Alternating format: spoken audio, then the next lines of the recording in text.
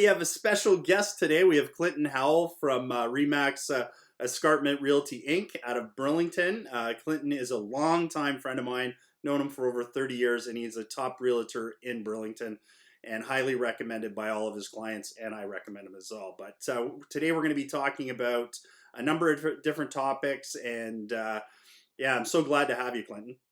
Good to be here, man. And 30 years, you're making me feel old. We'll start out with a big one, and this is what every first-time home buyer is asking right now: is right now a good time to buy? And what do you think? What are your thoughts on that, Clinton?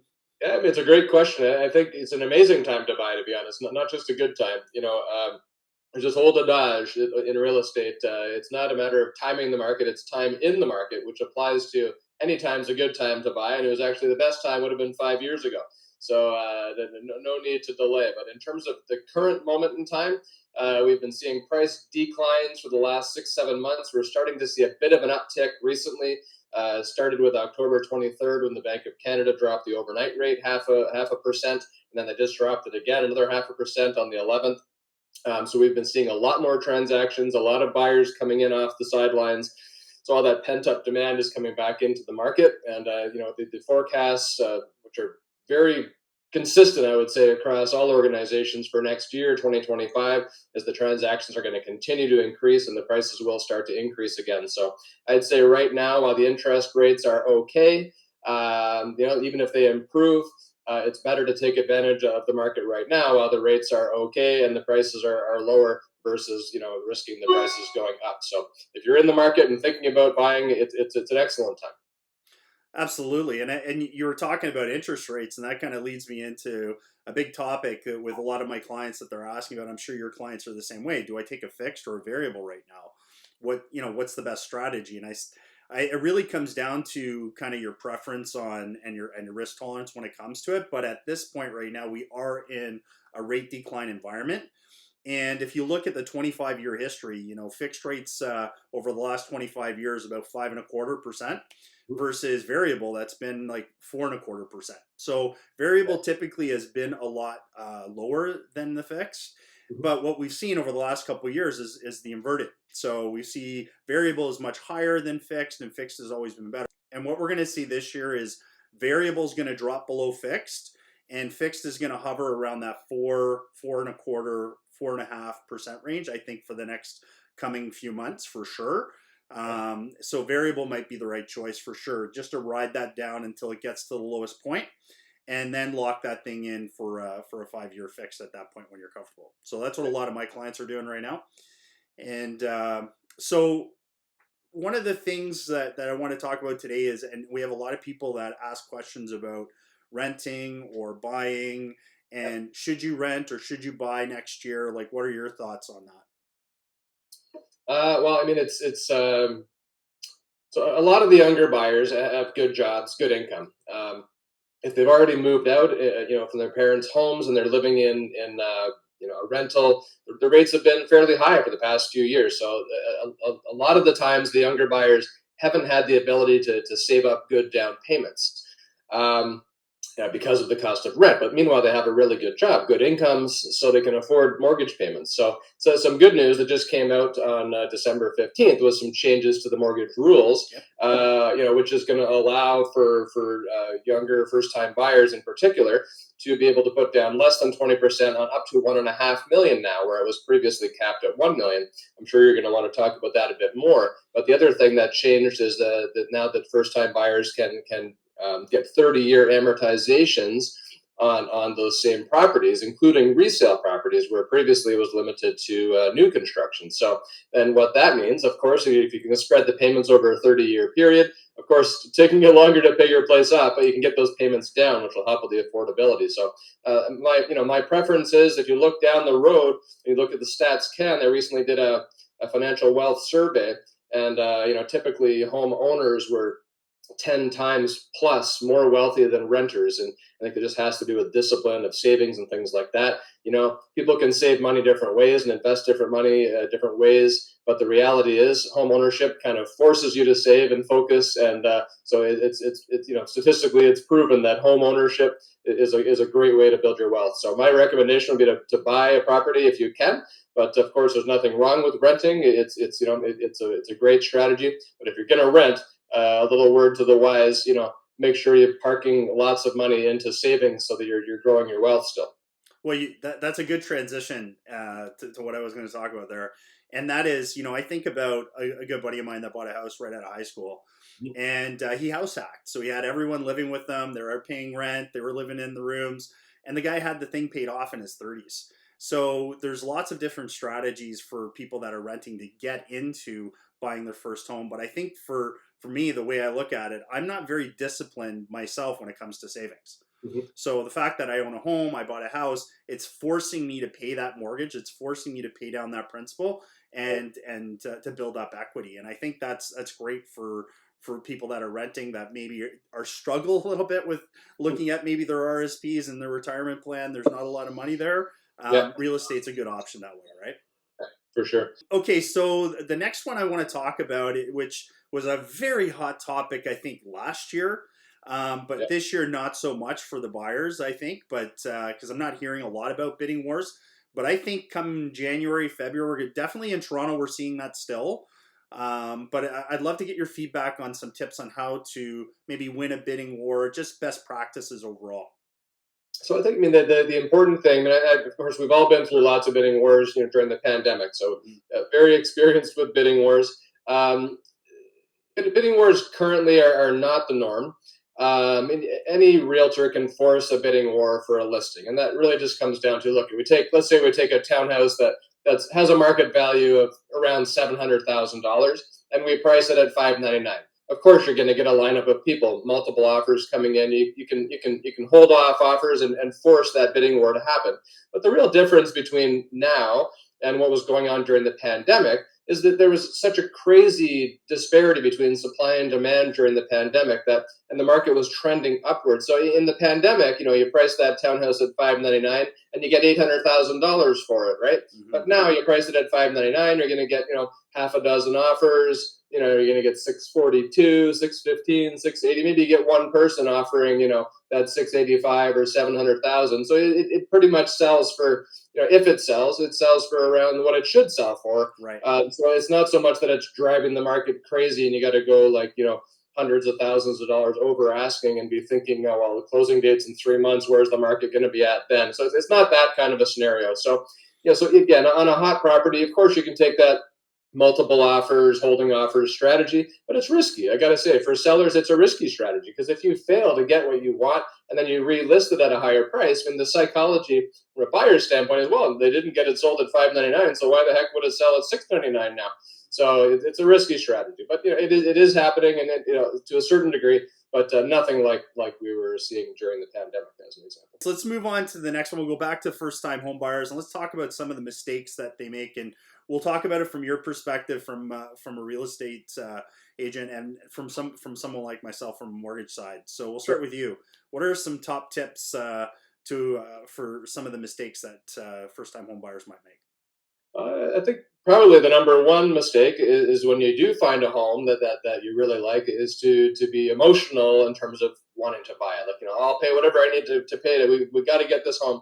And I think it's very important to, it's easy to say leave emotion out of it, but you can't, right? Right. You fall in love with a place. I get it. But try and make the decisions without the emotion, right? Like, what is it worth? What is our max budget? What makes sense here? And try and focus on those parameters. I mean, if a certain house that you are trying to purchase that doesn't come together, that's okay. Maybe we wait another week or 2 weeks and it's still in the market. We can get it for the right price then. But like I mentioned a minute ago, it's not about trying to get a deal. It's just trying to make sure it's fair. Sometimes early on in a listing, sellers are having their own sort of high expectations, or even greed, if you want to go there. Mm-hmm. Sometimes there's some greed on the seller's side, and so we need to get past that. And a lot of times that's there in the first few days or first week of a listing, and then it becomes more realistic after that. So it's kind of nice right now in some ways that the median number of days on market is around that 3 to 4 week time frame. Not to say that a good property doesn't sell sometimes right away. They certainly can, but in a general sense, we've got a little bit more time. And we can put in conditions like home inspection, finance, things like that. So, I mean, other advice for first time buyers is just to be, thinking a little bit down the road, right? Like, what is, what your current needs are right now might be changing. If it's a young couple, maybe there's going to be kids coming, or maybe you want to get a pet, or a dog, and you want to have a fenced yard. So we got to be just thinking about lifestyle, thinking about things that are going to be important in the 5 to 10 year horizon, not just how do I get out of my parents' house immediately. Yeah, no kidding. Cool. And I think from a mortgage perspective, I think it's really getting that pre-approval first. And for first time home buyers that haven't gone through the process, this isn't just looking at your income and telling you how much we think you can get approved for. This is full underwriting. So this is me looking at your income documents, your down payment documents. We're running a credit report to look at where your credit is, because it does have a pretty big impact, credit score. So we're actually fully underwriting the deal, and we're figuring out what your max budget is. That doesn't mean that you should be buying to max, but we're going to do a full pre-approval, and that works great when we're working together. Like Clinton and I have done this many times with clients. Their client gets a pre-approval. I send my app to the client. Clinton sends me the listing number, and I update that. So every time they're going out to look at a property, they know all the numbers. So it's good for confidence going in and knowing exactly where your budget is. Yeah, no, for sure. It's always been very helpful, and even when you have that really strong pre-approval and you know what you're dealing with, as we've talked about many times, back in the pandemic, it was like one of those things where you almost had to compete without conditions, so you had to really do your due diligence prior. But now, it's not quite as crazy. It's definitely nowhere near as crazy. So, I mean, you can include a finance condition, and it's not necessarily because you're concerned about your pre-approval. You want to make sure the bank agrees with the value of the property you're buying. 100%. Because if the appraisal doesn't come through, of course, as you've explained to me so many times, and if the appraisal doesn't come through, then let's say you're buying a place for 700,000, and the bank says, oh, it's only worth 650 as far as we're concerned. You're short 50 grand. That's for you to come up with. So we got to be careful and have that finance condition in there. In terms of these, especially when there's a very tight deposit situation. And that's happened twice last week, Clinton. So once on a condo, once on a triplex. So you think the value is going to come in at like 900K, it comes in at like 805. Yeah. And the condo, you think it's coming in at like 900,000, it comes back at 7. Yeah. So it's not about whether or not you can qualify for your purchase amount. It's 100% right. It's whether or not the bank sees the value. So the seller shouldn't be too worried about a condition of finance. It happens pretty quickly. We can turn them around in less than 3 days, so it doesn't take long. So no, that's good. That's really good. Yeah, I'd like to talk a little bit about real estate investors. I've had a couple over the last 3 to 4 months that have gone out and taken advantage of bought some investment properties, and I want to talk about when someone's looking at a rental property. What should they consider? Like, what are they looking for, and what makes a good rental property? Well, I mean, so a rental property, you want to think about the demographics of the tenants that you're comfortable renting to. Mm-hmm. So you want to think about the location of that property. It's not just about the price of the property. Can I afford it? It's about, the location of the property, the demographic of renters that you're going to be comfortable with. And so, for example, like a good possible scenario might be, I'm thinking of renting to young professionals. Maybe they're in the medical industry as an example. So I want to have a property that's near hospitals, right? That's just one possible scenario right there. Or I want to have a property that's close to a downtown core, so that I could have younger tenants possibly that can walk to work and don't need cars. So it's okay to get a property that doesn't have parking. So right. There's different thought processes there. But I mean, really, the important thing with investing in a rental property, there's a couple things. One is that is this track record of this kind of a property in the area going to have good appreciation? Because what's the point of having the investment if it's not going to appreciate? So is this area, is this neighborhood, is this kind of a property going to be a good long-term investment? And secondly, are the rents the current market rents, or after I do some renovations, what do the market rents look like then? Are those market rents going to allow my situation, my financial situation, to cash flow positively? So, with current interest rates, allowing for some possible increases just in case. I mean, from a 5 to 10 year standpoint, is this property going to allow positive cash flow, so I'm not having to finance this thing every month out of my pocket? 100%. Yeah. And it's funny. Like I said, I've been dealing with a lot of clients lately that have a lot of real estate investments. I've got one guy that's got like 7 properties, Okay. and one of the things I found pretty amazing is there's so many strategies around this, Hmm. but just understanding the basics. Like so, from a mortgage perspective, your goals are 1 point. Is 1 point. The property is 1 point, but having a strategy of what you want to do with a mortgage is really important. Like for example, a lot of people are taking a rental property and they're thinking about, oh, I'm just going to buy a rental property and it's an investment. It's a business. Yeah. So just like any other business, you're tracking expenses and income and that sort of thing. So not all mortgages are created equal. And Yeah. so there are mortgages out there that have like specifically, for example, like Scotia Step that I use a lot.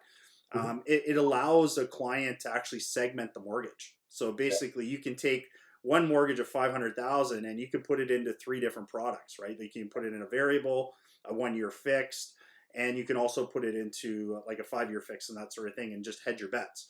The other Hmm. thing you can do is attach your home equity line of credit, a personal line of credit, a credit card, a checking account, all to that product, so that all of the expenses, including your interest rate, is all tracked properly. So I think that's important. And of course, one of the other big strategies, obviously, equity takeout.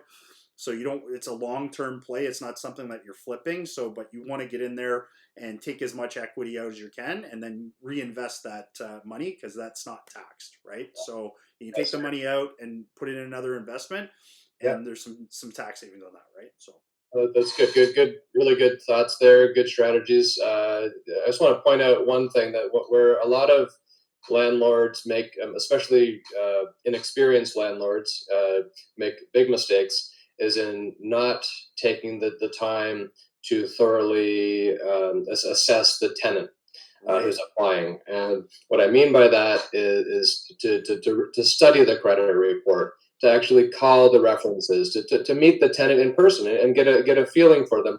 Feel like, is that credibility there? Do I have a good rapport with this individual? Is this going to be a good candidate? A worthy candidate that has good references, solid background, solid credit, solid finances. Is this going to be a good fit? Because you can, the cards are very stacked toward tenants when it comes to the laws. Mm-hmm. And if you make a bad choice in terms of a tenant who wasn't really qualified to, just like when you're getting a mortgage and you're buying something, the banks are very scrutinous in terms of, is this person qualified to make sure that we don't lose our money. As a landlord, you want to make sure you're not going to lose your money, and you want to make sure that you're going to have a tenant that you can work with and partner with, because you're basically in business with them. Right? Absolutely. Yeah. So any tips on evaluating properties? Like I can just go into this real quick, and what I'll do is I'll share my screen here on my phone. I'll talk about my mortgage app. So a lot of times, you're just trying to pencil a deal. You're trying to see if it cash flows, and Mhm. you want to be able to look at some of the costs and some of the expenses that go along with it, plus the rental income. So I know you use my mortgage app all the time, Clinton. I know your clients definitely, mutual clients definitely use it. But in the app, like you can actually go in there, you can enter in your expenses. So if you're hiring a property manager, what's that expense? You can add that in there. If you're covering hydro costs, and utilities, you can add that in there. If you're passing that along, you can take it out.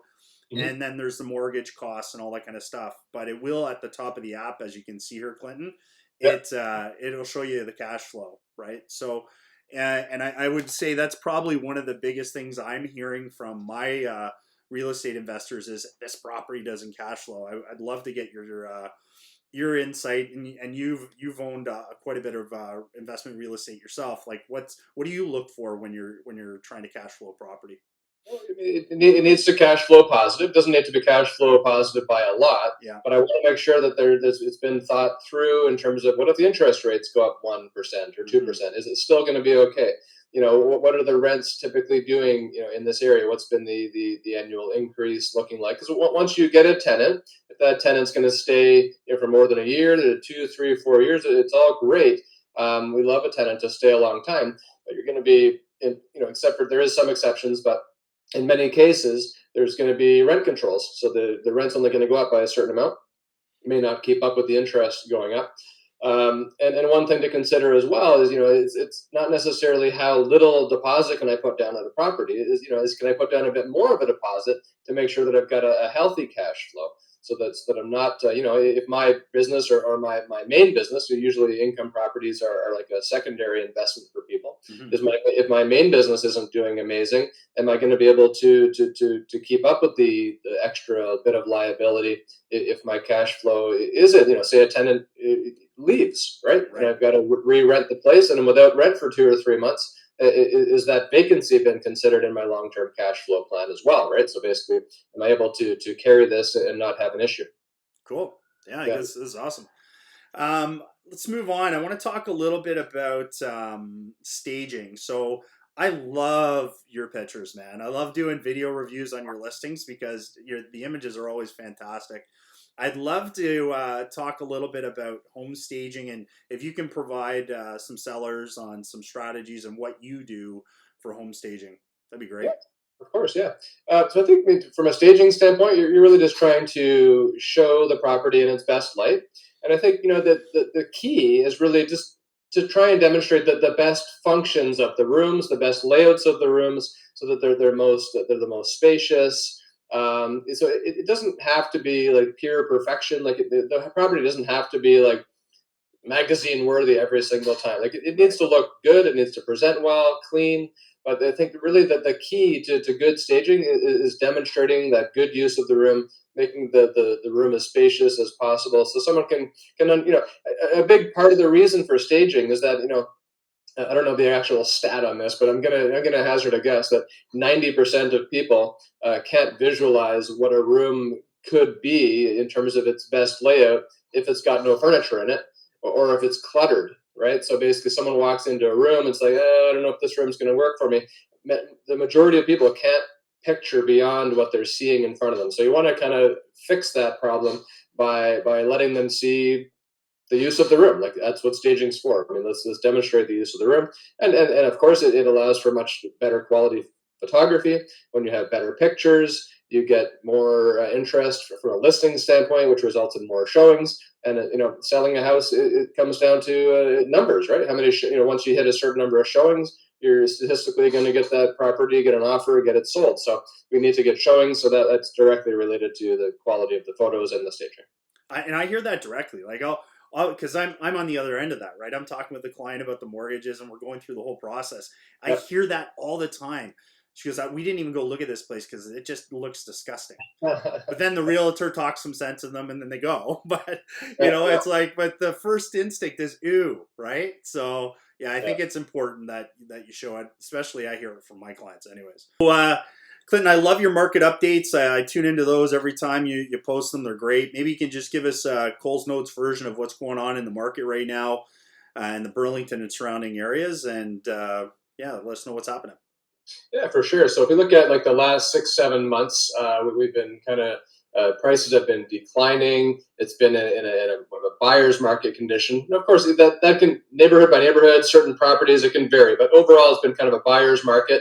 Now, it took a big shift on October 23rd when the Bank of Canada dropped that overnight rate by the 50 basis points. I think what was happening prior to that with the smaller cuts, the quarter point is a lot more sellers were jumping in, expecting, oh, now's the time. They were jumping in, but the buyers weren't buying it.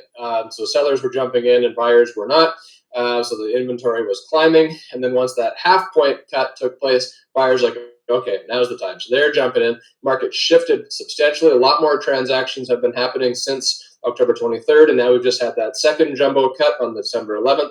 So again, I'm going to see a lot more buyers entering the market now. So some areas we're seeing that the price is starting to uptick again. We're definitely seeing increased volumes, and the anticipation moving into 2025 is we're going to see a traditional spring market, but an early start to that, likely end of January, early February start to that. And I think we're going to continue to see the overnight rates anyway declining at perhaps a slower pace has been what I've been reading, more like those 25 basis point cuts moving forward, but we're likely going to see some additional cuts in that regard. So for 2025, increased volumes, early spring market prices starting to go up a bit again, and that's definitely the story in general, and including Burlington. Awesome. Yeah. Yeah, Yeah. so basically, it's going to turn out to be a fantastic Q1, I think. I know I look at my database of start like over the buyers that I've been working with over the last 2.5 years that have been sitting on the fence. Like they're all back out now. They're Hmm. all actively looking. They're all actively back in, Yeah. and I think we're going to start to see some numbers climb. So looking forward to that. I think yeah, rates are coming down. Our economy is not doing that well. We've seen it time and time again, and I think we're going to see some bigger rate cuts. I don't look to what I'm reading online and stuff. I just go right to the chief economists, the people that Hmm. like at RBC that get it right the majority of the time, and we're going to see some monster cuts still coming down the pipe, and I think we need it. We've got a lot of people that are coming to renew right now, and some of them are coming from like 1.9. Yeah. Like in coming to a 4%, that's going to be a big jump in monthly payments. So I think for me, what I'm starting to see a trend is, look, I've got this mortgage payment, but I don't want to lose my goal of trying to pay down my mortgage faster. Yeah. And I'm seeing a lot of people starting to figure out how to use their prepayment privileges to really accelerate that, right? So yeah, I think it's going to be a good market for sure.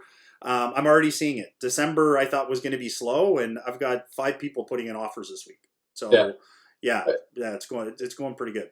It's an interesting time, and there's a lot of factors that are at play right now. But I think overall, I mean, I think just to keep it very simple, I think we're on the same page. I'm seeing what you're seeing.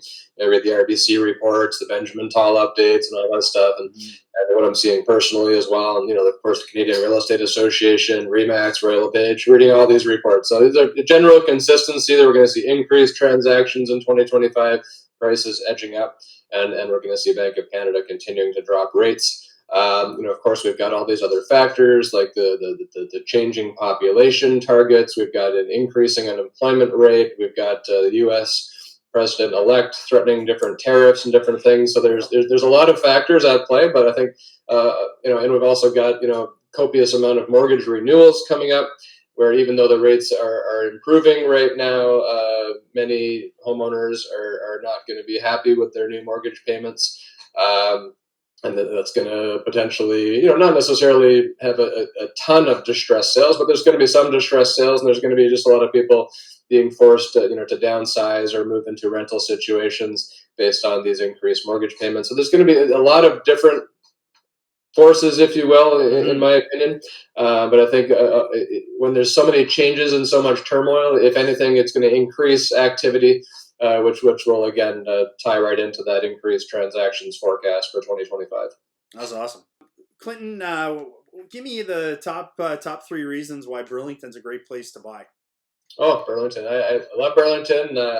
Top reason I grew up here, so you can live where I grew up. Just kidding. I think Burlington's got an amazing waterfront lifestyle, which is I think one of the top reasons that it's such a great place to live. I mean, Spencer Smith Park. I mean, all the different events and activities. I mean, right now there's an amazing light display down there. You can walk along the boardwalk, walk out the pier. In the summer, there's Sound of Music, just to name a couple things. So it's a great waterfront, great downtown. Burlington's also generally very, very good in terms of safety. It's safe communities, safe place to raise a family. I mean, you don't need to be super stressed out from a safety standpoint. And then thirdly, it's very well situated. I mean, there's a lot of work, a lot of economic activities, a lot of jobs right in Burlington. You can easily get on the GO train and get into Toronto. You can drive to Hamilton. So there's a lot of economic activity, a lot of work and job opportunities. Yeah, so and I think so those are the sort of the top three in my mind, and it's not just my opinion. I mean, every year Burlington's getting rated as the top or one of the top cities in Canada to live in, and definitely one of the top in Ontario year after year. So Great advice. Love it. I'm from Burlington too, originally. it's Yeah.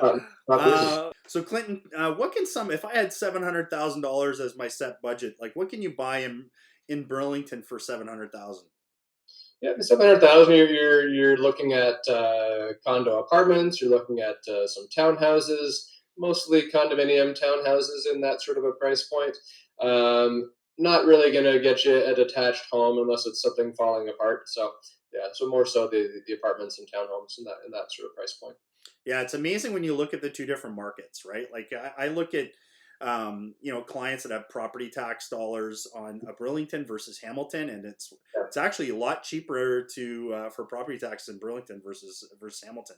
But 100%. I'm finding interesting products. Like we've got a lot of turn of the century homes here, especially here up on the mountain. Yeah. And for house hackers that are looking to, my wife and I were talking about this with my son, like, hey man, let's get you out, let's get you into a place, and maybe we'll look at one of these, these turn of century homes where literally you've got that side entrance right down to the basement. You can easily convert that to a duplex. So a lot of people have, and we're Hmm. seeing duplexes for sale in the 700s here. So it's interesting when you're looking at two different markets, right? So Hamilton's definitely an interesting market when it comes to those types of properties, because there's just a lot of them up here on the mountain, and big lot sizes too. Our lots are huge here, right? So I'm a big fan of certain neighborhoods in Hamilton. There's a lot of opportunity there for sure. Now in Burlington, just to point out, I mean, if the budget's 700,000, and one thing to just kind of consider is, there's a lot of detached homes in Burlington now that are attainable for under 1 million. mm-hmm.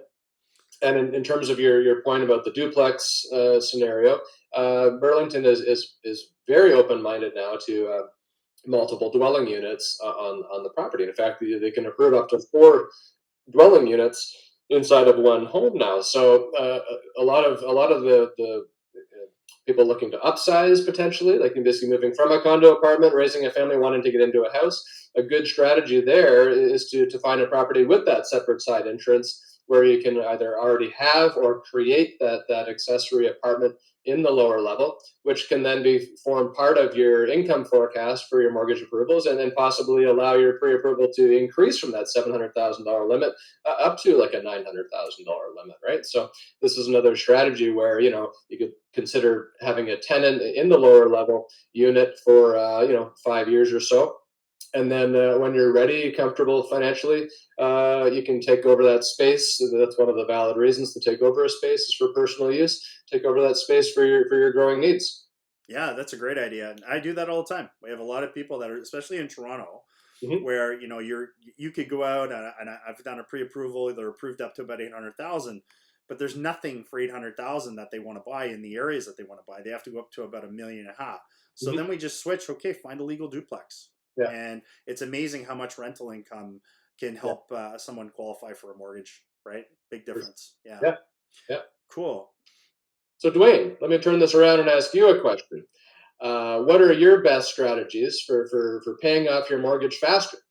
Yeah, it's a good question, and that's probably my specialty right now. That's where I'm focusing a lot of my time, Yeah. especially because we're coming in, people are renewing from a lower interest rate into a higher interest rate, and they have a goal. So if you have a goal and your goal is to pay your mortgage off faster and pay less interest, the only way to do that is pay principal faster. So most lenders, in fact, all lenders will offer some sort of prepayment privileges. Hmm. Typically, there's two that most people use, and one is just increasing your monthly payment. So it'll go, depending on the lender, anywhere between like 15 to 20%. So basically, all you're doing there is you're increasing your monthly payment by 15%. Let's call it $300. That Hmm. $300 right now is now every time you're making that payment is hitting your principal, right? So it's not going to interest. And so just by doing that on, say, like a $500,000 mortgage, you can Hmm. save over $100,000 in interest. Yeah, Believe it or yeah, not, it's a big amount. But yeah. there's one more way to do it as well. And they'll also, what lenders will also allow you to do is do lump sum payments. So if you're getting your tax return coming in, you get a volume bonus, even as little as 5 grand. Like just taking $5,000 and every single year applying that to principal, you can literally shave years, going from like a 25-year amortization down to Mhm. 11. And Yeah, paying, instead of like $300,000 in interest, you'd be paying like 150. So almost right. cutting it in half. And when you think about it like that, if someone's making 100 grand a year, think about how hard you had to work to make that 100 grand.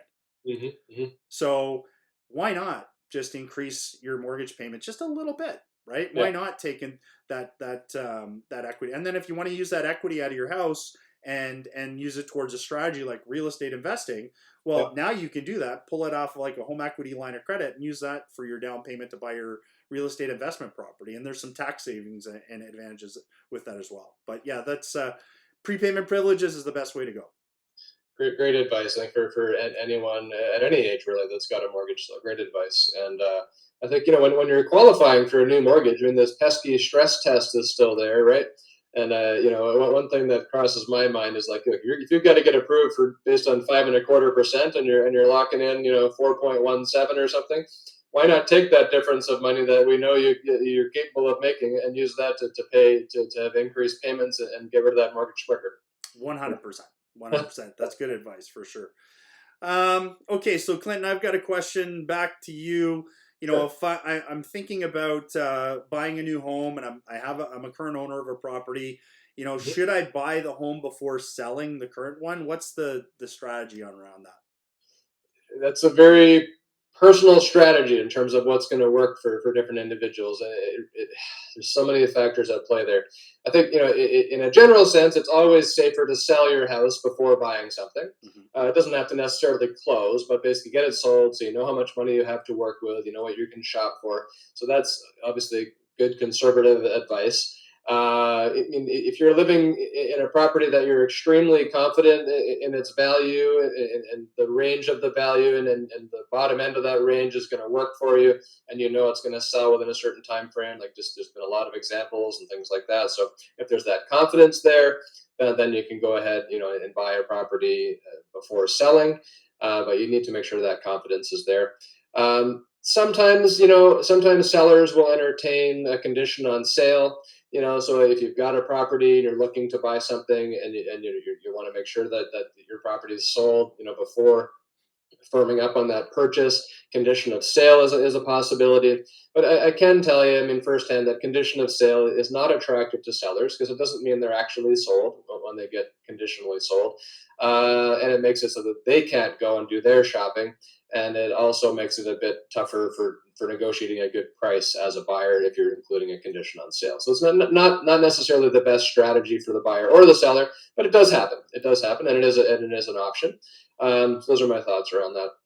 Yeah, and from a mortgage perspective, most lenders have bridge opportunities right there. So if you need to bridge between your closing date and your sale date, like Yeah, sometimes that'll happen. You got to close, 15 days early, and you yeah, need to bridge the gap. I've got lenders that manage all of that for me too, which is great, and it's a yeah. really seamless process to do that too, The right? key is to have that firm sale because you won't get any bridge lending on a condition on home sale. No, no, it's got to be firm. Okay, so I just want to thank you again, Clinton, for spending time with me. I hope my viewers enjoy the episode. You were obviously a great interview. I love doing interviews with you, and you just provide a lot of helpful tips. So really appreciate it. Thank you so much. Looking forward to sharing the interview with my viewers as well. Some great content, great questions, always thought provoking. And keep doing what you do, man. Awesome. All right, talk soon. Take care.